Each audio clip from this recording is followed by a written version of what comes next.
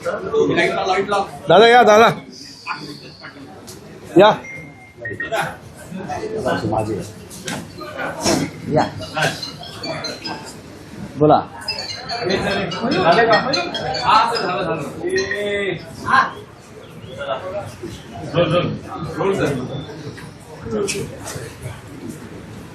राऊत साहेब, आज तुम्ही मुंबई पोलीस आयुक्त देवेंद्र भारती यांना एक पत्र लिहिलं आहे आणि गांभीर्यानं त्यांचं लक्ष वेधलेलं आहे. संजय दिना पाटील यांनी ज्या काही धमक्या तुम्हाला दिल्या असा त्यात उल्लेख आहे आणि पुढच्या काळात जर काही राजकीय कार्यकर्त्यांवर हल्ला झाला किंवा खून झाला तर त्याला सर्वस्वी संजय दिना जबाबदार राहतील असं तुम्ही पत्रात म्हटलंय. तुम्ही जे म्हणतात की मी म्हणतोय, म्हणजे मुलाखतींचा तुम्ही संदर्भ दिलेला आहे. तुमच्या चॅनलवर दिलेल्या मुलाखतीमध्ये हे महाशय असं म्हणतायत की माझ्याकडे बॉम्ब आहे. काय? बरोबर. माझ्याकडे बॉम्ब आहेत आणि माझ्याकडे कोणी आंदोलन करायला आलं तर मी बॉम्ब टाकीन. पाकिस्तानवर बॉम्ब टाकताना भारत 100 वेळा विचार करतो. मोदी पाकिस्तानवर बॉम्ब टाकताना भारत 100 वेळा विचार करतो आणि हे म्हणतात मी कार्यकर्त्यांवर म्हणजे माझ्या विरुद्ध आंदोलन करणाऱ्या कार्यकर्त्यांवर बॉम्ब टाक. हे असं म्हणतात की जर आंदोलन कोणी केलं याने गद्दारी केली सगळ्यात. आता लोकशाहीमध्ये आंदोलन करण्याचा अधिकार प्रत्येक नागरिकाला आहे. तुम्ही बेईमानी केली, तुम्ही मशाल चिन्हावर निवडून आलात आणि तुम्ही दुसऱ्या गटारामध्ये उडी मारली. ते म्हणतात की आंदोलन केलं तर मी तुम्हाला स्मशानात पाठवेन, म्हणजे ठार करेन. आणि माझ्या नादाला लागू नका. मी याआधी 5 लोक ठार केले. आता हे 5 लोक ठार केले असतील तर ते कोणत्या प्रकरणात त्यांनी ठार केले, कधी ठार केले, ते कोण होते, त्यांच्या बॉड्या मिळाल्यात का नाही, रिकवर झाल्यात का नाही त्यावेळेला, हे असं म्हणतायत. तर त्याची चौकशी अत्यंत गांभीर्यानं गृह खात्यानं आणि मुंबई पोलीस आयुक्तांनी केलं पाहिजे. जर बॉम्ब तुमच्याकडे असतील तर बॉम्ब तुम्हाला दिले कोणी? अतिरेक्याने दिले का? जर अतिरेक्यांकडून तुमच्याकडे बॉम्ब आले असतील तर दहशतवाद विरोधी पथकाकडे ही केस दिली पाहिजे. कारण बॉम्ब अतिरेकी बनवतात ना. मुंबईवरती बॉम्ब हल्ला कोणी केला? दाऊद इब्राहिमने केला किंवा पाकिस्तानमधल्या अतिरेक्यांनी केला, कसाबने केला. हे अतिरेकी आहेत, त्यांच्याकडे बॉम्ब होते आणि हा माणूस म्हणतो माझ्याकडे बॉम्ब आहे. एकनाथ शिंदे यांचा बॉम्बचा कारखाना आहे का? त्यांचा ड्रगचा कारखाना असल्याची मध्यंतरी बोंब होती. ते ड्रगचा कारखाना साताऱ्यामध्ये पकडला आणि तोच पैसा राजकारणामध्ये होतो. बॉम्बचा कारखाना त्यांनी बनवून हे जे गद्दार खासदार आहेत त्यांना बॉम्ब दिलं का घरात ठेवायला? कार्यकर्ते आले का वरून बॉम्ब टाका. याची चौकशी व्हावी आणि कोर्टामध्ये आता आमचं एक पिटिशन जाईल. आमच्या एकाही कार्यकर्त्याला हात लागला, कोणावरती खुनी हल्ला झाला ते त्याची जबाबदारी या बॉम्बची धमकी देणाऱ्यावरती आहे, लक्षात घ्या. आणि मी परत सांगतो, दादागिरी कोणी करायची नाही. आपण गद्दारी केली, आपण 50 कोटी गिळले आहेत ना. मग ते भाऊ वागचौरे असेल, संजय देशमुख असेल यवतमाळचा, परभणीचा तो संजय जाधव असेल, नागेश अष्टीकर असेल, तुम्ही तुमच्या अवकातीमध्ये राहावं. उगाच पोलिसांच्या मदतीनं किंवा अमित शहांच्या कवचकुंडलांवर शिवसैनिकांना डिवचू नका.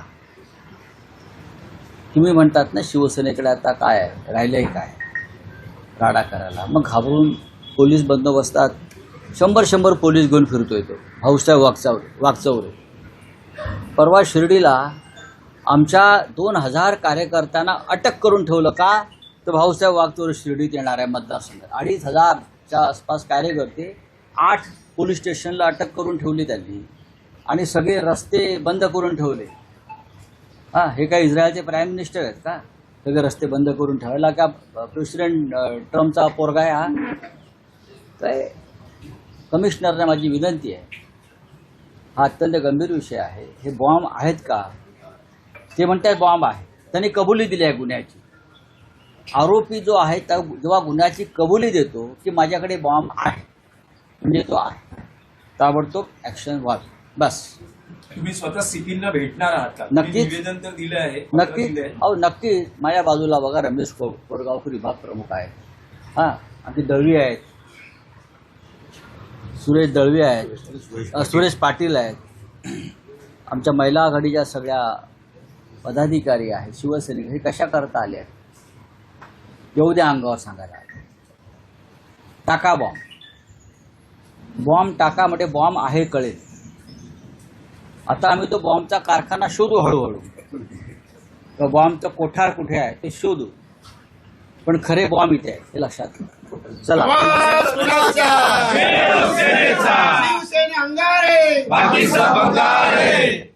काल महाविकास आघाडीची बैठक पार पडली, ज्याच्यामध्ये 60 पैकी फक्त 37 आमदार उपस्थित राहिले. उद्धव ठाकरेंनी चिंता व्यक्त केलेली आहे नाही, की मी होतो त्याच्यामध्ये, लक्षात घ्या. आता काल त्या बैठकीला सुनील राऊत नव्हते, बरोबर ना? का नव्हते? त्यांच्या भागामध्ये एक भिंत कोसळली, पावसामुळे एक मोठी भिंत कोसळल्यामुळे काही लोक तिथे जखमी झाले, अडकले. त्यांनी मतदारसंघातच राहिला पाहिजे. रोहित पवार नव्हते, रोहित पवार एका आंदोलनामध्ये अडकले, जयंतराव पाटील सुद्धा अशाच एका, असे काही अनेकांनी आपली ती भूमिका कळवली. पण बहुसंख्य आमदार तिथे उपस्थित होते, विधान परिषदेचे होते, विधानसभेचे होते, आणि महाविकास आघाडीचे सर्व नेते उपस्थित होते. पण रावसाहेब, त्यांनी महाविकास आघाडीतल्या 3 पक्षांबद्दल म्हटलेलं आहे की आपण खरंच एकत्र आहोत का, असं त्यांचं कोणी विधान म्हणाले?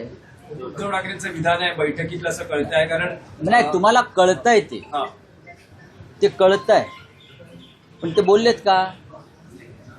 माध्यमांना आतमध्ये परवानगी नव्हती. मग तुम्ही कसं काय सांगता ते असं बोलले? आम्हाला कळतं. उद्धवजींनी असं, बघ, तुमचे सोर्सेस काय आहेत हे मलाही माहिती आहे. मी तुमचा सगळ्यात मोठा सोर्स आहे हे तुम्हाला माहिती आहे, एवढंच मी. पण तसं नाही बोलले. उद्धवजींनी असं सांगितलं की आपण जे 3 महाविकास आघाडीचे प्रमुख घटक आहोत, त्यांनी सातत्यानं भेटत राहिलं पाहिजे, बोलत राहिलं पाहिजे, संघर्षाची तयारी ठेवली पाहिजे. हर्षवर्धन पाटलांनी एक महत्त्वाचा मुद्दा मांडला, तो म्हणजे राम मंदिराच्या भ्रष्टाचार. राम मंदिर, अयोध्येतल्या राम मंदिरावरती ह्या लोकांनी मतं मागितली, हे लोक निवडून आले, आणि तेच मंदिर भारतीय जनता पक्षाचे लोक लुटतायत, दानपेट्या पळवल्या जात आहेत, देणग्यांचा अपहार होतो आहे राम मंदिरात, अयोध्येत. ह्याच्यावरती आपल्याला लोकांमध्ये जाऊन जागरूकता आणली पाहिजे. अशा प्रकारच्या विषयांवर चर्चा झाली, बाकी काय. आणि विधिमंडळामध्ये एकोपा दिसायला पाहिजे तिन्ही पक्षाचा. आपण सरकार पक्षाच्या इशाऱ्यावर काम करणं थांबवलं पाहिजे विधिमंडळात, आणि आपण विरोधी पक्षामध्ये आहोत त्याचं भान ठेवून आपण सगळ्यांनी काम केलं पाहिजे. ही या तिन्ही प्रमुख पक्षाच्या नेत्यांची एक भूमिका तिथे राहिली. हा हिंदी में क्या है? आणखी एक विषय विधानसभा अध्यक्षांचा दिलगिरी व्यक्त केली. नहीं, commissioner of police Mumbai mister Devendra Bharti ji को मैंने एक लेटर लिखा है. यहाँ के जो एमपी है मुंबई के, जो गद्दार हो गए हैं, वो कहते कि मेरे पास बम है और अगर मेरे खिलाफ कोई आंदोलन करेगा तो मैं उनके ऊपर बम डाल दूंगा. ये बहुत गंभीर बात है. इस देश की हमारी फौज भी पाकिस्तान में अगर बम डालना है तो मोदी जी को पूछते हैं पहले, बम डालना है नहीं डालना. मोदी जी ट्रम्प को पूछते हैं क्या करना है, डालना है नहीं डालना है. और ये तो सीधा बोलता है कि हम बम डालेंगे, हम तुमको मार देंगे, आपकी हत्या करेंगे, हमारे पास इतने हथियार है, मैंने इतने लोगों को पहले मारा है. तो उनकी जांच होनी चाहिए. अगर आपके पास बम है तो बम आए कहाँ से? क्या एकनाथ शिंदे जो है उसने बम की फैक्ट्री बनाई है? और सब जो गद्दार है इनके खिलाफ जनता में एक रोष है, उनको सबको अपने सिक्योरिटी के लिए बम दिए हैं, हैंड ग्रेनेड दिए हैं क्या? तो ये सबकी इंक्वायरी होनी चाहिए. अब मैंने लेटर लिखा है, मैं कोर्ट में जाऊंगा. सब हमारे शिवसैनिक अब आए हैं, वापस जाएंगे उधर आंदोलन करने के लिए. डालो बम, बम डालो ना. हम डरते हैं क्या? चलो सर इमर्जन्सी विधानसभा अध्यक्षांचा विषय आहे पढ़ाई है वो नौवीं में ऐड की गई है। हाँ? इमरजेंसी की जो पढ़ाई है नौवीं में ऐड की है लोग को, बच्चों को ये सारी जानकारी देने के लिए। इमरजेंसी के बारे में पढ़ाई सिलेबस में डाला है क्या? 9th में। हाँ, तो क्या हो गया? समझना चाहिए जो इस प्रकार से बर्ताव करता है उनकी सत्ता चली जाती है। 12 साल से इस देश में इमरजेंसी है, 12 साल हो गए इस देश में इमरजेंसी है। इंदिरा गांधी ने किसी के पार्टी को नहीं तोड़ा, इंदिरा गांधी ने संविधान को खत्म नहीं किया। इंदिरा गांधी ने जब ये संघ के लोग थे जेल में, अटल जी, अडवाणी जी, जगन्नाथराव जोशी जी, बाला साहेब देवरस जी, तो जहाँ जहाँ जेल में थे वहाँ उनकी 5 स्टार व्यवस्था की थी इंदिरा गांधी ने, और स्पेशल 5 स्टार होटल के शेफ और कुक इंदिरा जी ने अंदर रखे थे, मुझे मालूम है और उनको भी मालूम है। उसमें से कुछ लोगों ने इंदिरा जी की माफ़ी भी मांगी बाद में और इमरजेंसी का समर्थन किया, जिसमें बाला साहेब देवरस भी थे और भी लोग थे उस वक्त। लेकिन वो जमाना अब 50 साल हो गए। 12 साल से जो है बीजेपी सारे जो कोर्ट से ये ईडी है उनको काबे में ले चुकी अब इमरजेंसी है ना देश में, और क्या है? इसकी पढ़ाई क्या रही सारी किस तरह से आप देखते हो? देखो, ये पढ़ाई का विषय नहीं है। इमरजेंसी का पढ़ाई का विषय एक व्यवस्था है। अगर देश में अराजकता फैलती है तो इमरजेंसी आप लगा देते हैं। संविधान में व्यवस्था है उसकी, उसका मतलब आप संविधान को मानते नहीं हो। इस देश के संविधान ने अधिकार दिया है प्राइम मिनिस्टर को कि अगर देश में अराजकता पैदा होती है तो आपने नोटबंदी क्यों लाई भाई? नोटबंदी क्यों लगाई? आप मुझे बताइए कि कोरोना काल में आपने एपिडेमिक एक्ट क्यों लाया ना? संविधान में और कानून में वो प्रावधान किया है, लेकिन आप लोग संविधान को मानते नहीं हो। इमरजेंसी का समर्थन हिंदू हृदय सम्राट बाला साहेब ठाकरे जी ने किया था, क्योंकि देश में अराजकता फैली और ये बीजेपी के नेता ये बोल रहे थे खुलेआम, क्या बोल रहे थे? पुलिस को चैलेंज कर रहे थे, फौज को चैलेंज कर रहे थे, इंदिरा गांधी का सरकार का आदेश मत मानो। एक डिसिप्लिन फोर्स को ये बोल रहे थे कि आदेश मत मानो सरकार का। क्या मोदी जी के बारे में ऐसा कोई कहेगा कि प्रधानमंत्री के आदेश फौज ने नहीं मानने चाहिए, तो मोदी क्या करेंगे? क्या करेंगे? चरण सिंह की यह भाषा थी, जयप्रकाश नारायण की भाषा थी। फौज को